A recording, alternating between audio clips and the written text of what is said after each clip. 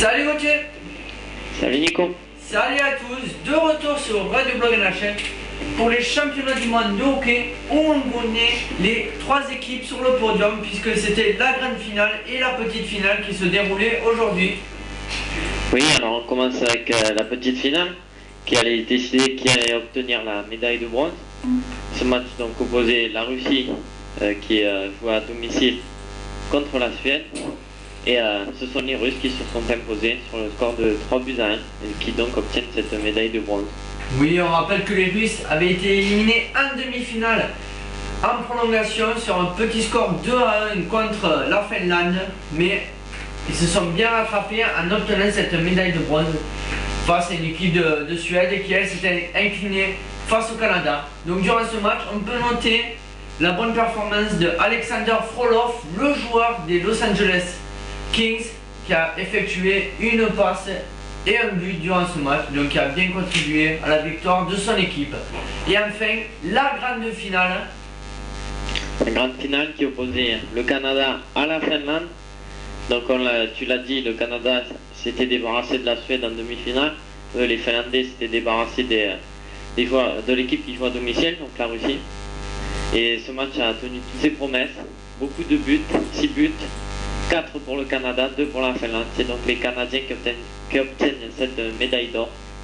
Oui, ils obtiennent cette médaille d'or en précisant qu'ils n'ont pas perdu un seul match durant cette compétition. On peut dire qu'ils sont allés crescendo finalement durant ce championnat puisqu'ils ont commencé mal et ont fini très fort. Oui, c'est vrai qu'au début ils avaient un peu de mal puisqu'ils s'imposaient sur des petits scores. Mais au fur et à mesure que la compétition avançait, ils ont hausser leur niveau de jeu pour arriver en finale et remporter ces championnats du monde sans perdre un seul match. Ouais, et à l'image de cette équipe du Canada, il faut noter la bonne performance de Rick Nash, le joueur des Columbus Blue Jackets, qui a bien joué durant ce match. Il a effectué même 2 buts. Donc très bonne performance d'Eric Nash. Hein. Oui, très bon match pour Eric Nash qui inscrit un peu les 2 buts de plus, hein, les 2 buts de la victoire en fait.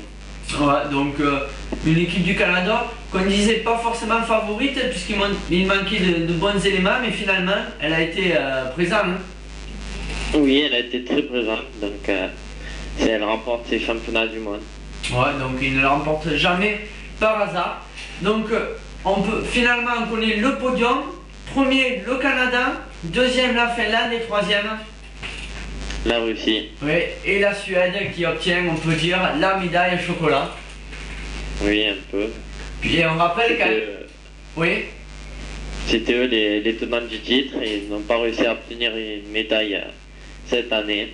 Ouais. Peut-être que l'an prochain ils récupéreront leur titre. Ouais, il fallait le souligner là, que la Suède, championne l'année dernière, ne s'est pas imposée pour obtenir la finale et donc n'a pas obtenu le doublé.